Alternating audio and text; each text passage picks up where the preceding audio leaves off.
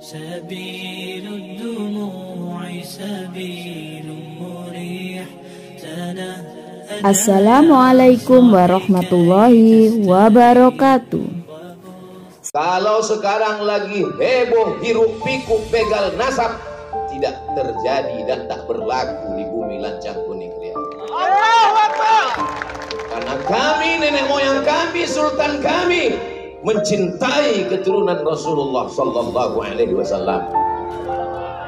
Bukan cuma pintu kerajaannya yang terbuka, anak gadisnya dia nikahkan. Itulah kenapa sultan-sultan kerajaan Melayu Siak namanya disebut di awal Syarif. Kenapa Syarif? Karena dia keturunan Sayyidina Al-Husain, Sayyid keturunan Sayyidina Al-Hasan, Habib karena cinta kita kepada kakeknya, darah mereka mengalir dalam cucunya. Mudah-mudahan kecintaan kita para habaib zuriat Rasulullah kita mendapatkan syafaatnya insyaallah. Lalu kemudian pada tahun 1723 datanglah seorang laki-laki namanya Abdul Jalil dari Johor, dilantik oleh empat datuk. Ialah sultan yang pertama, Sultan Kerajaan Siak Sri Indrapura.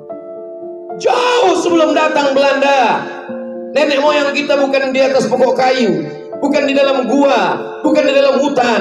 Kita merdeka tahun 1945. Kita sudah punya kerajaan, punya negara, punya otonomi. Otonomi, kekuasaan tidak bisa diganggu orang lain. Otonomi, bukan otonomi yang sekarang. Foto dia wak, foto di orang mi dia wak. 1723 18 19 2000 2023, 300 tahun yang lalu nenek moyang kita sudah punya kerajaan. Kalau ingin tahu, datang tengok kerajaan Siak Sri Indrapura. Bangga tak jadi orang Riau? Bangga. Begitulah Riau.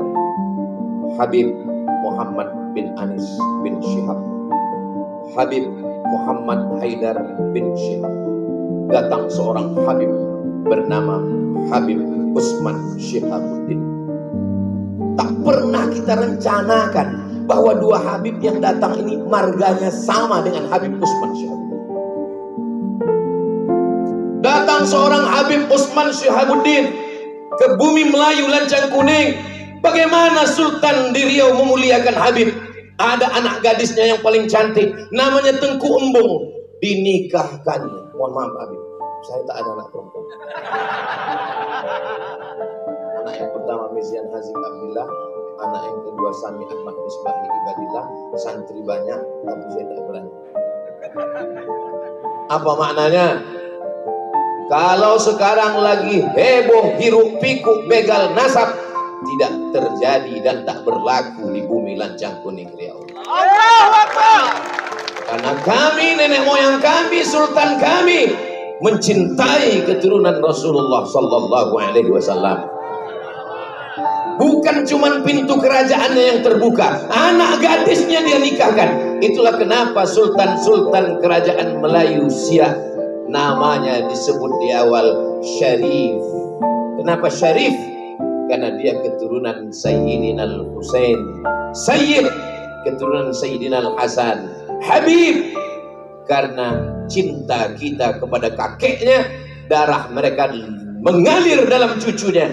Mudah-mudahan kecintaan kita para habaib zuriat Rasulullah kita mendapatkan syafaatnya insyaallah. Sultan yang terakhir, Sultan Syarif Qasim. Kita memuliakan sultan kita, maka 3 diabadikan. Pertama, jalan Sultan Syarif Qasim. Yang kedua, Universitas Islam Sultan Syarif Qasim. Yang ketiga adalah airport Sultan Syarif Qasim. Kurang hebat apalagi kita memuliakan habaib zuriat Rasulullah Sallallahu Alaihi Wasallam. Itu dulu nama airportnya Airport Simpang 3. Dirubah pada zaman Presiden K. Haji Abdurrahman Wahid, beliau yang meresmikan. Dalam kata sambutannya kata beliau, ini memang sudah tepat nama airportnya Sultan Syarif Qasim. Masa nama airport Simpang 3 kayak pangkalan becak? Begitulah kita memuliakan para ulama. Setiap tamu yang datang, saya bawa berziarah ke makam Habib Usman Shahabuddin. Bisa pula orang Riau tinggal di Pekanbaru, tak tahu di mana letak makam Usman Shahabuddin, dan di sampingnya ada makam istrinya Tengku Umbung. Itulah dia di samping Masjid Raya Senapelan, Masjid Raya Pasar Bawah kata orang sekarang. Kau selalu ke Pasar Bawah? Selalu. Pernah kau ziarah ke makam Habib Usman Shahabuddin? Enggak. Ngapain kau ke sana? Cari keramik sama karpet. Bawa anak-anak kita. Mudah-mudahan panjang umur, sehat badan, bersama para habaib bisa kita buat maulid, mengenalkan bagaimana cintanya kita kepada keturunan Rasulullah sallallahu alaihi wasallam. Kalau tuan ke Indragiri, jangan lupa membeli lupis. Kalau Mas Ari Untung sudah berdiri, tanda waktu sudah habis. Sudah berdiri dia? Kalau berdiri kasih tahu ya. Pemimpinnya peduli kepada masjid, yang sayang kepada masjid. Jadwal pengajian ini sekarang membaca kitab Muwatta. Kitab Muwatta ditulis oleh Imam Malik bin Anas, meninggal tahun 179, lebih tua dari Sahih Bukhari, lebih tua dari Muslim. Ada pembacaannya di sini, dibacakan langsung oleh Ustadz Dr. Zulhendri Rais.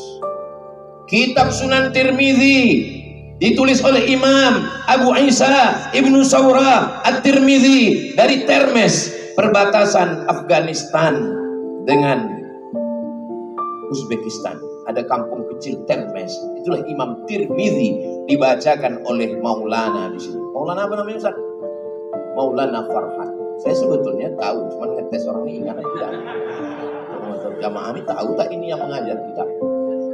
Fikih mazhab Syafi'i diajarkan oleh S1 fikih, S2 fikih, S3 fikih, mengigaunya pun fikih.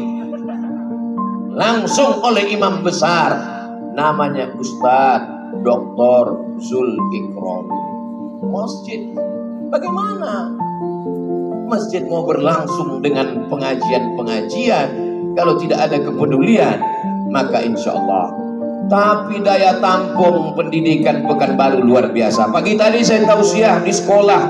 Berapa banyak yang mendaftar di sini, Pak Kepala SMK? Yang mendaftar 2.000 orang, Pak Ustadz. Yang diterima berapa? 600. Kenapa tak diterima semua? Lokal tak cukup, tanah tak ada. Mencari tanah 2 hektar di Pekanbaru ini susah, Pak Ustadz. Lama saya temen, susah. Kami Yayasan Tabung Wakaf Umat dengan Ustadz Alham banyak dapat tanah. Ustadz Somad dibukakan mereka peta. Ini serah Ustadz pilih tanah yang mana. Mau atas, mau bawah, mau utara, mau selatan, pilih. Oh, kami pilihlah ini Pak, ini iya. Besok kami tengok Satpol PP sama pemuda Pancasila sih semua. Rupanya tanah bermasalah.